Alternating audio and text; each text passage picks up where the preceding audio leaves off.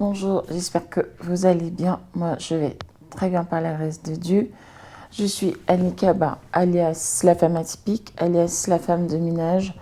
Bienvenue sur ma chaîne. Sur cette chaîne, je valorise mon métier.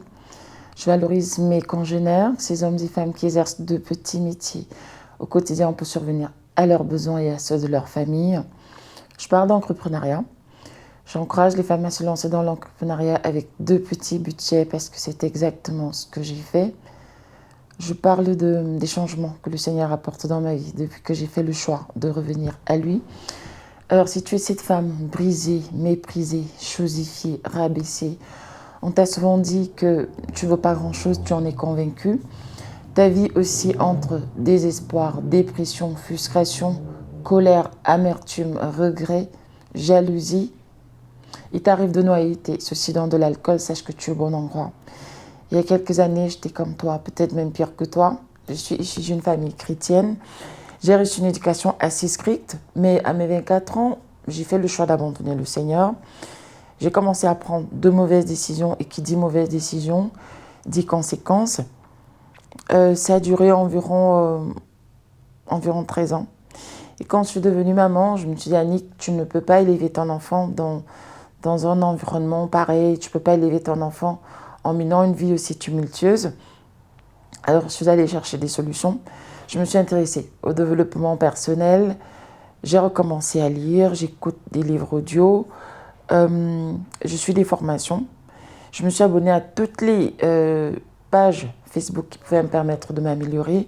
Je me suis abonnée à toutes les chaînes YouTube qui pouvaient me permettre d'atteindre mes objectifs. Et bien sûr, j'ai associé la prière à tout cela. Donc, si toi aussi tu veux changer ta vie, je ne te dis pas que ça sera comme ça, qu'il te suffira de claquer des doigts, non. Identifie tes différents problèmes, fixe-toi des objectifs et surtout impose-toi une discipline et tu verras ce qui va se passer dans ta vie. Si j'ai pu y arriver, toi aussi, tu peux y arriver. J'ai tenu à faire cette vidéo vraiment avec la tête que j'ai là. Parce que je sais qu'aujourd'hui, sur Internet, il y a beaucoup de fake. Et j'ai été victime de ça. C'est-à-dire, sur Internet, on a l'impression que tout est beau. On a l'impression que tout est facile. On a l'impression que tout le monde est riche. On a l'impression que tout le monde mène une vie extraordinaire. Vraiment, chacun veut montrer sur les réseaux sociaux qu'il a réussi, qu'il est bien, qu'il n'a pas de problème. Et donc, je ne connaissais pas encore cela.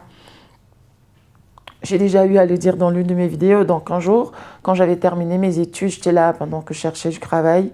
Et forcément, j'ai commencé à m'ennuyer. Je m'intéressais aux réseaux sociaux, notamment à Facebook. Et quand j'ai commencé à voir des photos, quand je voyais des publications de gens, ça a commencé à alimenter la frustration en moi parce que je voyais en ces personnes-là des choses que je n'avais pas. Parfois même, c'était des personnes plus jeunes que moi. Un jour, je suis tombée sur les photos d'une ancienne camarade. Et une ancienne camarade au collège, elle avait posté des photos en disant qu'elle était en vacances à Monaco, dans des beaux lieux avec belles voitures. Et honnêtement, ça m'avait frustrée, ça m'avait mis très mal. J'étais en colère, je me disais oui, mais moi je n'avance pas, je tourne en rond, je passe des journées dans mon lit. Et ça a commencé à me faire mal. Il m'a fallu des années pour découvrir qu'en fait, il y a beaucoup de mensonges sur les réseaux sociaux. Il en est de même pour l'entrepreneuriat. Parce que quand on voit les entrepreneurs, on ne voit que le côté de la réussite, on voit que le côté du succès où tout va bien et on a souvent tendance à oublier les côtés difficiles, on a souvent tendance à oublier le sacrifice. Et donc, pardon, je voulais faire cette vidéo-là pour en parler. Et aussi, je pense que je connais la conséquence, mais bon, je vais vraiment dire à une personne qui va tomber sur cette vidéo, parce que, étant donné que j'encourage les femmes à se lancer dans l'entrepreneuriat, j'ai aussi envie de dire à une femme aujourd'hui que se lancer dans l'entrepreneuriat, en fait, c'est très bien, mais l'entrepreneuriat, c'est pas fait pour tout le monde. L'entrepreneuriat, c'est pas fait pour tout le monde. Il faut être très fort physiquement et mentalement pour se lancer dans l'entrepreneuriat. Et donc, si tu n'es pas sûr d'avoir d'avoir enfin, cette carrure-là, c'est-à-dire savoir prendre les coups, savoir gérer le stress, savoir parfois gérer la frustration, parce que tu vas te retrouver dans une situation où tu vas choyer un client, où tu vas toujours le caresser dans le sens du poil, où tu vas toujours limite faire des courbettes, parce que comme on dit que le client est roi, même si je ne suis pas d'accord avec ça, tous les clients ne sont pas rois. Je vais faire une vidéo pour en parler, parce qu'il y a une cliente qui me casse les pieds d'ailleurs, on va arrêter avec elle. Donc quand tu fais tout ça pour un client, honnêtement, et que tu te rends compte que tu n'as pas de bon retour, c'est déprimant. Et ça, c'est des choses qu'on ne sait pas à l'avance parce que c'est vraiment en fonction du secteur d'activité. Par exemple, les clients du ménage ou du nettoyage ne sont pas comme les clients de la téléphonie, ne sont pas comme les clients, enfin, je sais pas, de l'alimentation, ne sont pas comme les clients des produits cosmétiques, des vêtements, des chaussures. C'est vraiment différent. Et donc, pour la petite histoire, j'ai un client. Au tout début, j'ai senti que je n'allais pas m'entendre avec ce monsieur-là parce que je ressens souvent ces choses-là. Et c'est une personne, je ne sais pas s'il est cupide, mais c'est vraiment une personne qui est très focus sur ses intérêts. Donc, il y a souvent eu des petits désaccords. Bon, jusque-là, voilà, je faisais des courbettes et puis il y a mon binôme qui me disait « Ouais, il faut laisser tomber, essayer d'être diplomate. » Et pourtant, je suis quelqu'un de très diplomate, quelqu'un de très simple. Mais sauf qu'il y a des moments où je prends sur moi et il y a un moment, je sais dire stop. Donc, le client en question, il y a des voyageurs, parce que c'est un client Airbnb, il y a des voyageurs qui sont partis chez lui. Et je ne sais pas ce qui s'est passé, mais en tout cas, on m'a ramené des serviettes tachées. On aurait dit qu'on avait versé de l'eau Javel dessus. C'est des serviettes grises. Et donc, le client me dit donc les voyageurs, je ne sais pas ce qui s'est passé, ils ont taché les serviettes. Alors, moi, ce que je fais avec mes clients Airbnb, c'est que dès qu'il y a la moindre anomalie sur le linge, puisque c'est moi qui... Enfin, oui, les clients qui me confient leur linge, parce que tous ne le font pas, dès qu'il y a le moindre souci, la moindre tâche, je fais une photo, j'envoie. Sauf que pour cette photo-là, pour le linge, parce qu'il y avait eu une accumulation, il a fait des réservations successives et je n'avais pas eu le temps d'apprêter le linge. D'ailleurs, je lui avais dit que je n'avais pas le linge prêt parce que tout le linge était sale. Et donc, le temps de l'apprêter, de laver, repasser, parce que ce client-là, je repasse son linge. Et donc, la veille, pendant que j'étais en train de repasser, je crois qu'il devait être 22h, j'apprêtais le linge pour le lendemain. Il envoie un message dans le groupe WhatsApp, il dit finalement la prestation de demain, elle n'aura pas lieu. Donc je ne sais pas, il n'a pas donné plus de détails, mais il dit annuler la prestation de demain. Ok. Donc moi, il fallait que tout de suite que j'envoie un message à la salariée qui devait intervenir là-bas pour lui dire n'y allez pas. Parce que quand on déplace, quand nos salariés se déplacent comme ça, ce qu'on fait, c'est que s'ils se déplacent inutilement, on leur paye 1 heure pour le déplacement. Et donc, comme je ne voulais pas perdre de l'argent inutilement, parce que oui, même si c'est 20 euros, quand tu accumules 20 euros, tu peux rapidement te retrouver avec 200 euros et ces 200 euros, ça peut servir à autre chose. Ça, c'est vraiment l'optimisation. Il faut faire très, très attention aux dépenses. Alors, donc, j'organise ça. Je dis à la salariée que n'y allez pas demain. Mais sauf que le même client, très tôt le matin, à 7h, il dit tiens, finalement, est-ce que vous pouvez venir faire le ménage ? Je lui dis non. C'est pas possible parce que hier, vous nous avez dit qu'on n'allait pas intervenir. Donc, moi, j'ai déjà affecté les salariés ailleurs. Donc là, je n'ai personne de disponible pour intervenir chez vous. Il dit, OK, dans ce cas, apportez-moi le linge. Donc la veille, pendant que j'étais en train d'apprêter son linge, j'avais bien vu, mais j'avais plus, c'était plus l'image de la grande serviette parce qu'il y a 2 serviettes qui sont tachées.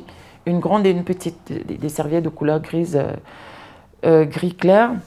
Donc, j'avais apprêté les serviettes et quand il a, enfin le linge, même les draps, j'avais terminé de repasser. Et quand il a dit, la prestation n'aura pas lieu, bon, j'ai arrêté. Je me suis dit, tant mieux, je vais me coucher. Donc, le lendemain, quand il revient sur sa décision et quand je lui dis que c'est pas possible, je lui dis, donc, OK, apportez-moi le linge. J'avais complètement oublié que dans le lot des linges, il y avait les serviettes qui étaient tachées. J'ai pris tout le linge, j'avais un gros ballot comme ça parce qu'il y avait tout son linge dedans. Ça devait faire, je sais pas, peut-être 30 kilos. Il y avait vraiment tout son linge, plein de gras, plein de serviettes. Je crois qu'il devait y avoir 15 serviettes. Il y avait beaucoup de linge. Ok. Donc, il reçoit le linge. Et là, je crois qu'il était en train de déballer pour mettre dans le... C'est sûr qu'il voulait ranger dans l'armoire. Et il se rend compte qu'il y a donc des serviettes tachées. Il demande, parce qu'on a un groupe WhatsApp avec chaque client, il demande dans le groupe WhatsApp que j'ai vu des serviettes tachées, comment ça se fait? Sur le moment, je n'ai pas répondu parce que j'étais occupée à faire autre chose. Et finalement, quand je vois son message, je lui réponds. Il me dit non, c'est pas possible, les serviettes sont tachées, vous aurez dû m'en parler. Je lui dis qu'effectivement, hier, j'avais vu que les serviettes étaient tachées puisque j'ai eu une accumulation de 2 linges, enfin, l'accumulation de comment est-ce que je vais dire ça? De 2 réservations en fait. Donc il y a eu 2 réservations qui se sont enchaînées et j'avais donc tout ce linge-là. Et donc je ne sais pas dire lesquels des voyageurs ont taché le linge parce que j'avais 2 ballots et puis je ne savais pas, enfin 2 paniers. Il me dit ouais mais le premier groupe des voyageurs sont partis il y a 3 jours et donc je ne peux plus réclamer et puisque je n'ai pas eu l'information à temps, vous allez rembourser les serviettes. Genre, en fait, il était en train de mettre ma parole en doute. On aurait dit qu'il ne croyait pas quand je lui disais que c'est pas moi qui avais taché les serviettes. Sachant qu'avec tous les autres clients, dès qu'il y a le moindre souci, je fais une photo tout de suite, j'envoie. Dès que j'ai la moindre tâche, je fais une photo, j'envoie. Donc, logiquement, il se doutait bien que ces tâches-là, si je les avais vues, j'aurais fait une photo, mais comme je dis, il y a eu cette succession. Il a d'abord annulé et finalement, le matin, il dit « Ok, c'est bon ». Donc, j'avais oublié que j'avais vu les tâches et donc j'ai envoyé toutes les serviettes. Et là, il dit « Remboursez-moi les 2 serviettes ». Ok. Déjà, ça m'a énervé parce que je pense quand même que c'est un client avec qui je travaille depuis... ça fait plus d'1 an que je travaille avec lui, donc je pense quand même qu'en une année, il y a une relation de confiance qui s'est établie, il n'y a jamais eu de fausse facturation, il n'y a jamais eu de problème majeur, à part peut-être un oubli, peut-être une salariée qui a peut-être oublié un petit détail, mais vraiment rien de grave, des petits détails, des trucs comme ça peut arriver, on est des humains. Et donc ça s'est passé comme ça. On lui a envoyé la facture le 1er juin. Et c'est le 18, donc c'était la facture de mai, et c'est le 18 qu'il réagit en disant « Oui, j'ai vu sur la facture que vous m'avez envoyée, je ne comprends pas, telle date, vous avez dit qu'il y avait 7 kilos et demi de linge, et pour telle autre date, vous me facturez 1h30 alors que vous êtes parti dans l'appartement et vous n'êtes resté que 8 minutes, non, 10 minutes. » Donc il a envoyé le mail hier. Ok. Et honnêtement, ça m'a encore énervé parce que c'est un client.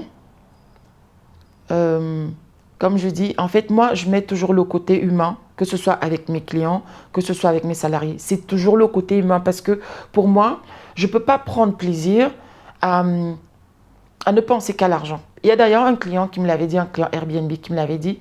Je vais faire une parenthèse concernant ce client-là. J'étais occupée, je ne sais même pas ce que je faisais, j'étais en train de faire autre chose.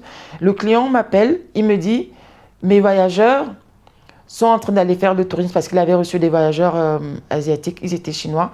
Et ils sont allés faire du tourisme et en sortant, ils sont venus faire du tourisme, en tout cas c'était des touristes. Et en sortant de l'appartement, ils ont oublié la clé à l'intérieur et ils ont claqué la porte. Est-ce que vous pouvez... aller me trouver un serrurier pour qu'il ouvre la porte avant le retour des voyageurs. Ça n'a rien à voir avec le ménage. J'ai laissé tomber tout ce que j'étais en train de faire. Je me suis précipitée pour y aller. Je n'avais pas d'argent sur moi. Le serrurier est arrivé. Il m'a dit que oui, lui ne prenait que des espèces. Il fallait que je trouve un distributeur dans un quartier que je ne connais pas. J'ai marché, j'ai cherché un distributeur, j'en ai trouvé un. J'ai pu retirer 100 € parce que le serrurier me demandait 100 €. J'ai pu retirer 100 €. Je suis revenue. J'ai payé le serrurier. Je n'ai rien demandé à ce monsieur-là. Il a juste remboursé mes 100 €. J'aurais pu lui demander de me payer ça parce que c'était une prestation qui n'avait rien à voir. Et je crois que c'est un truc qui a dû me prendre 4 heures parce que le temps de partir d'ici pour arriver là-bas. Et ensuite, comme je dis, le temps de faire venir parce qu'il fallait que j'appelle, que je passe les coups de fil, que je cherche le serrurier, un serrurier sur Google. à côté de la localisation où habiter. Donc, j'ai fait tout ça gratuitement. Et vraiment, c'est comme ça que moi, je fais. Je ne mets toujours pas en avant. Alors, ce client-là, c'était le genre de client, en fait, j'ai remarqué un truc avec mes clients Airbnb, c'est que ils sont prêts, même si possible, à enchaîner les réservations, Ils ne se soucient pas. Ou alors, je ne sais pas s'ils ne sont pas conscients, mais ils ne pensent pas que derrière, il faut apprêter le linge et que pour que le linge soit prêt, il faut le laver. D'ailleurs, ce client-là, je repassais aussi son linge. Donc, il fallait repasser le linge et ensuite, il fallait le laver et ensuite le repasser. Sachant que c'est un client qui avait un mélange de linge blanc et de linge de couleur. Donc, il faut le laver séparément. Et tout ça, ça prend du temps. C'est une organisation derrière. Mais eux, parfois, ils enchaînent les réservations. Ces gens, les voyageurs partent aujourd'hui. Non, les voyageurs arrivent aujourd'hui. Ils partent demain et hop, il prend encore une autre réservation pour demain. Donc, il faut que le linge soit toujours prêt. Et ils ne comprennent pas en fait. Tu leur expliques qu'ils ne comprennent pas. Et dans ce voyageur-là, ce client-là, il y a eu un loupé parce que, effectivement, comme il empilait souvent les réservations, donc il y a eu un loupé. On n'est pas allé faire le ménage parce que je n'avais pas la bonne information. Et forcément, il s'est énervé. On avait fait un geste commercial. Je crois qu'on lui a fait 3 prestations après sans qu'il ne paye. Bref, il y a eu un arrangement parce que ce n'était pas de notre faute. Les torts étaient partagés. Il n'avait pas remonté l'information à temps et donc moi, je n'ai pas pu organiser pour l'intervention. Et il a commencé à dire des trucs parce que c'était quelqu'un de très sanguin. Il a commencé à dire des trucs et il voulait qu'on continue à travailler ensemble. Moi, je lui ai dit non, je ne peux pas continuer à travailler comme ça parce que nous, mon binôme et moi, nous, on met toujours le côté humain en avant. On est toujours prêt à vous rendre des services. Ma boîte aux lettres ne fonctionne pas. Est-ce que vous pouvez aller, il y a des problèmes, elle ne s'ouvre pas. Est-ce que vous pouvez aller voir ce qui se passe? En fait, on est même devenus ces hommes à tout faire parce que le gars, il est aux États-Unis et il a un appartement ici en France. Donc, l'ampoule ne fonctionne plus, il faut remplacer l'ampoule. Les problèmes de menuiserie, quand les voyageurs viennent, ils abîment des trucs. Le gars, il est à distance et on faisait tout ça, on ne facturait pas. On faisait venir, à l'époque, on travaillait avec un monsieur qui était justement notre homme à tout faire et on travaillait avec lui à cette époque-là. Et on faisait venir, on planifiait des interventions et notre homme à tout faire, il venait, il faisait des trucs comme la menuiserie ou encore la plomberie et nous, on ne facturait rien, c'est-à-dire on mettait toujours à disposition des personnes, des professionnels qui pouvaient travailler pour lui et sans rien demander en retour parce qu'on se disait, ok, c'est notre client, il est loin, on lui rend des services. Mais quand il y a eu cet incident-là, il a commencé à débiter tous ces trucs-là, ça m'a frustrée. Et quand il a voulu qu'on travaille ensemble, je lui ai dit non, je ne peux plus continuer à travailler avec vous. Parce qu'en plus, il m'avait dit, j'avais son linge qui était propre ici, qui était pourtant prêt. Il a envoyé une de ses amies récupérer son linge. Il a dit, ouais, remettez-moi mon linge. J'avais mal en fait, ça m'avait blessée. Parce que même quand il y a une situation comme celle-là, tu te calmes et on voit ce qu'il y a lieu de faire. En plus, je m'étais excusée, sachant que les torts étaient quand même partagés. Je m'étais excusée. Mais jusque-là, oui, remettez-moi mon linge. Il disait vraiment des trucs. Mais après, il revient, il dit, ouais, je veux travailler avec vous. Je ne sais pas où est-ce qu'il voulait qu'on aille encore reprendre le linge. Et moi, je ne suis pas une enfant. À un moment, il faut savoir dire stop. Et c'est donc comme ça qu'il va glisser le mot en disant, ouais, en plus, j'aime bien travailler avec vous parce que vous n'êtes pas du tout intéressé par les sous. J'ai bien vu que vous étiez des personnes, vous êtes très humains. Donc, c'est lui qui a lâché le mot. Et il a confirmé ce que je savais déjà, mais c'était bon quand même de savoir qu'il s'en était rendu compte. Et donc, ce client-là, quand il a dit ça, ouais, vous avez facturé 7,5 kg, je veux des explications. C'est tout à fait normal qu'il veuille avoir des explications. Mais quand on lui a expliqué qu'effectivement, il y avait 7,5 kg parce que c'était 5 voyageurs au lieu de 4, dont il y avait un gras housse, un housse de couette, thé d'oreiller et 2 serviettes en plus. C'est ce qui a justifié qu'il y ait 7,5 kg au lieu de, je sais pas, au lieu de 6 ou je sais pas combien on pèse d'habitude, c'est mon binôme qui s'en occupe. Ensuite, il dit, ouais, vous n'êtes resté que 10 minutes, alors que, en fait, il y a eu un incident. Je ne sais pas ce qui s'est passé entre ces voyageurs et lui, mais au dernier moment, ces voyageurs n'ont pas séjourné dans l'appartement.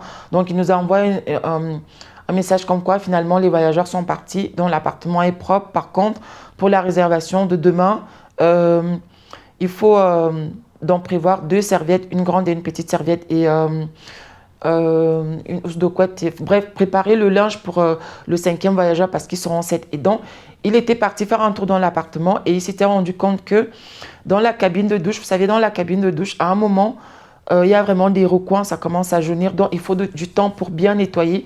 Et chez ce client-là, on ne fait que 2 heures, maximum 2h30, donc on n'a pas toujours le temps pour que tout soit nickel.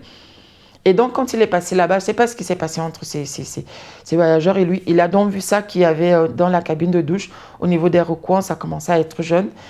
Il nous fait la remarque et puis il nous parle aussi des toiles d'araignée, qu'il y avait des toiles d'araignée sur le plafond parce que son plafond est très haut. Et la plupart de mes salariés qui y vont ne nettoient pas souvent ces toiles d'araignée-là.